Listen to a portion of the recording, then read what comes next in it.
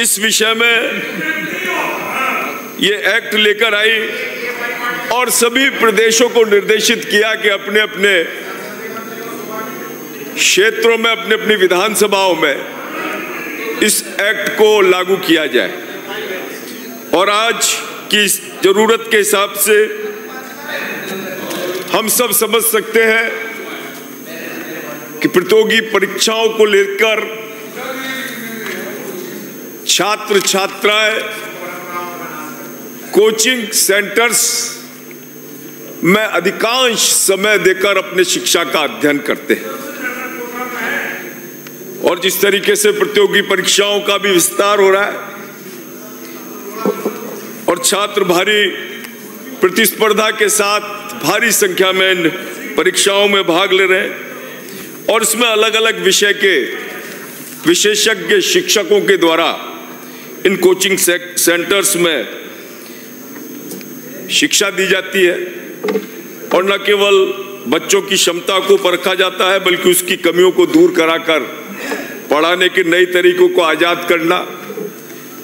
और एक उत्कृष्ट परिणाम देने का प्रयास कोचिंग इंस्टीट्यूट्स का रहता है। और जैसा आप मेरे सभी साथी बता रहे थे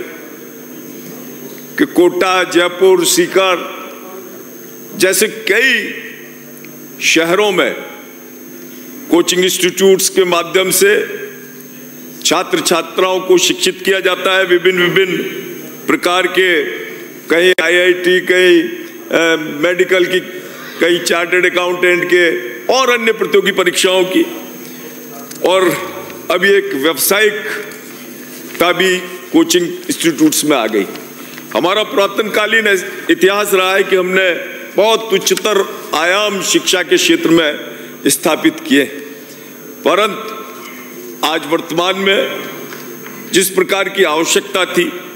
उस आवश्यकताओं को देखकर मूल उद्देश्य जो इस बिल का मुझे लगा और आप सभी लोगों को लगा होगा, इसके पीछे सिर्फ सरकार ये चाहती है कि बिना दबाव के बच्चे को गुणवत्ता युक्त शिक्षा मिल सके। मूल उद्देश्य इस बिल का ये है, उन्हें अच्छी सुविधाएं मिल जाए, गुणवत्ता युक्त शिक्षा मिल जाए, साथ ही साथ जो विद्यार्थी और उनके परिजनों के साथ शोषण होता है इसमें पारदर्शिता कायम हो जाए। और इसमें ये बिल पूरी तरीके से सक्षम है। 29 धाराएं इस बिल में है और उनमें से कई बड़ी उपयोगी धाराएं, परंतु माननीय सभापति महोदय, मैं वहां बैठकर सबको सुन भी रहा था, तो निश्चित रूप से जो बच्चा है वो हमारे देश का कर्णधार है। आने वाले समय में इस देश की बागडोर को संभालने वाला वो बच्चा, वो छात्र। और मुझे कहीं पढ़ा है, ध्यान भी है, सब लोग जानते हैं कि पहले प्रारंभ के अंदर पुराने समय में बच्चों को, जब छोटे बच्चे होते थे तो उनको घुटने के बल जब वो चलना चालू करते थे तो उनके सामने 4-5 चीजें रख दी जाती थी और बच्चे के घुटने जिस ओर चले जाते थे तो ये माना जाता था कि बच्चा इस क्षेत्र में बहुत उन्नति करेगा। तो हमें आज उन परंपराओं को हम भूल गए कि हमारा बच्चा जिसके अंदर असीम संभावना है, वो बहुत कुछ कर सकता है, हम उसकी प्रतिभा को पहचाने बिना अपनी मर्जी बच्चे के ऊपर थोप देते हैं। और सबका यही मानना है कि जिस तरीके से बच्चे के ऊपर अपनी मर्जी को थोप दिया जाता है तो बच्चा मानसिक रूप से दबाव में आता है। आवश्यकता थी कि उसकी उस प्रतिभा को पहचान कर उसे उस क्षेत्र में आगे बढ़ाया जाता। मुझसे पूर्व भी कई लोगों ने इस विषय को रखा है। निश्चित रूप से यदि हम बच्चे को ये जानकर कि वो करना क्या चाहता है और उसके बाद जब हम कोचिंग इंस्टीट्यूट में उसको भेजते हैं या विद्यालय में उसको भेजते हैं तो हमारा दायित्व भी हो जाता है कि वहां जाकर बच्चे के साथ हम निरंतर उससे संवाद रखें। वो संवाद भी नहीं हो पाता और साथ ही साथ जो इंस्टीट्यूट्स की आवश्यकता होती है, जो मैं समझता हूँ इस बिल में भी लेने की आवश्यकता है, कि उस इंस्टीट्यूट के अंदर वो सुविधाएं उसको दी जाए जहाँ उसका स्वस्थ मनोरंजन के साथ साथ उसे खेल कूद और योग प्राणायाम स्वस्थ मनोरंजन उसका 1 घंटे का कालांश ऐसा भी होना चाहिए कि दिन भर की पढ़ाई के बाद बच्चा अपने आप मानसिक रूप से स्वस्थता को महसूस कर सके। ऐसी कुछ चीजें यदि इस बिल में लागू हो जाए तो ये बिल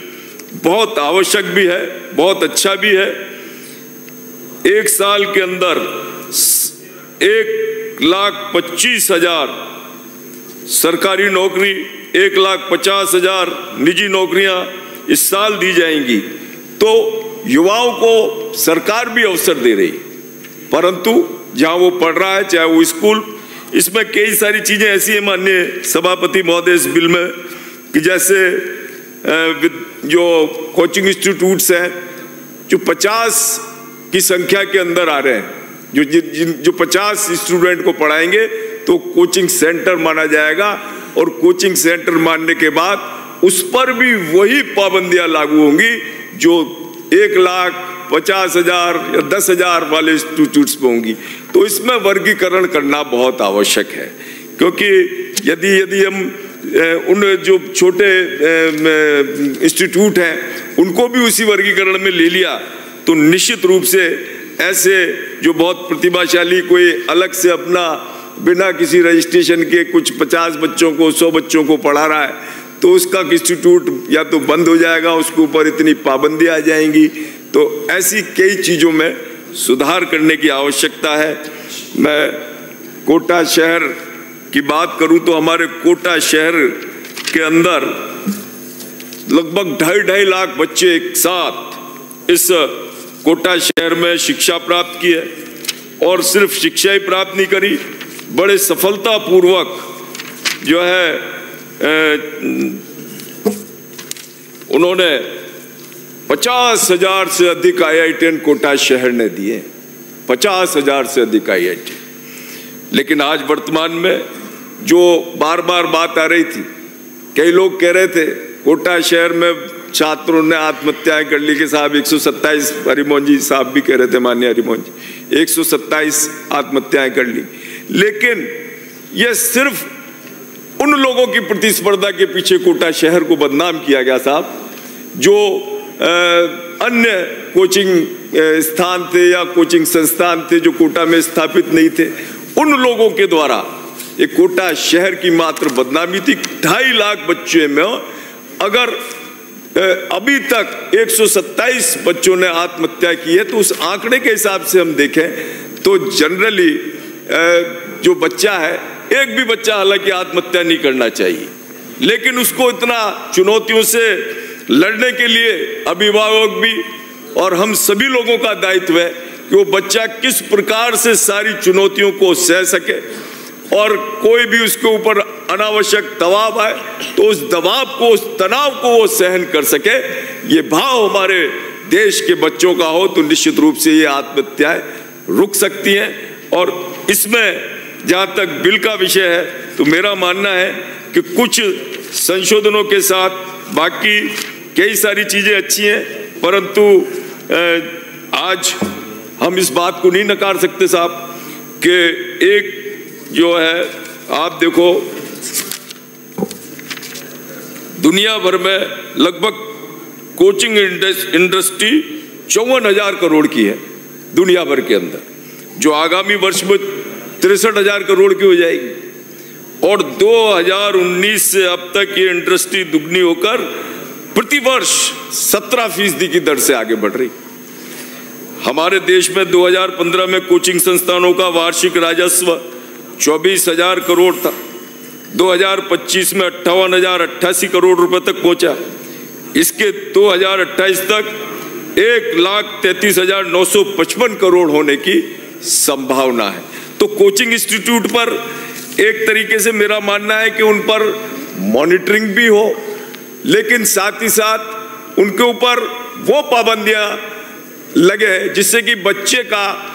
विकास हो सके। हम सब लोगों का विषय यही है, हम सभी यही चाहते हैं कि हमारे देश का छात्र बिना दबाव के, बिना तनाव के अच्छी और गुणवत्ता युक्त शिक्षा ले सके। तो मेरा माननीय मंत्री जी, आप बहुत अच्छा ये बिल लेकर आए हो, इसमें बहुत सारी आपने चीज़ों को भी रखा है, लेकिन इन सारे विषयों को हमें देखने की आवश्यकता भी है कि इसमें हम कुछ चीज़ों को जोड़कर इस बिल को ऐसा बनाएं कि जहां स्कूलों का और इंस्टीट्यूट्स का भी तालमेल होना चाहिए। आपने इसमें स्कूली टाइम में बच्चे इंस्टीट्यूट में नहीं पढ़ेंगे, जो स्कूली टाइम होगा, अगर ऐसा होगा तो उनका जो महत्वपूर्ण समय है वो भी निकल जाएगा। तो निश्चित रूप से यदि हम बच्चों को स्कूली शिक्षा नहीं दे पाए तो उससे वो वंचित रह जाएगा। स्कूली शिक्षा भी आवश्यकता है, क्योंकि स्कूल में उसको अच्छा स्वस्थ वातावरण मिलता है। तो स्कूली शिक्षा के साथ साथ उसका तालमेल इस प्रकार का करने की आवश्यकता है कि वो कोचिंग का इंस्टीट्यूट और उन दोनों का समय ऐसा हो कि जहां बच्चा स्कूल में भी जा सके, इंस्टीट्यूट की भी जो उसको विषय वस्तु की जानकारी लेनी है, क्योंकि वहां पर बहुत अनुभवी और बहुत ऐसे शिक्षार्थी भी होते हैं जिन्होंने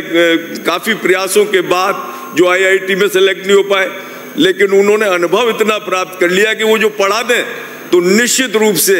बच्चों को उसका लाभ मिलता है। तो मैं इतना ही कहकर माननीय सभापति महोदय, मंत्री महोदय से कि वो इस बिल को जो है लेकर अवश्य आए, लेकिन इसमें कुछ संशोधन के साथ। बहुत बहुत धन्यवाद। श्री मनीष यादव।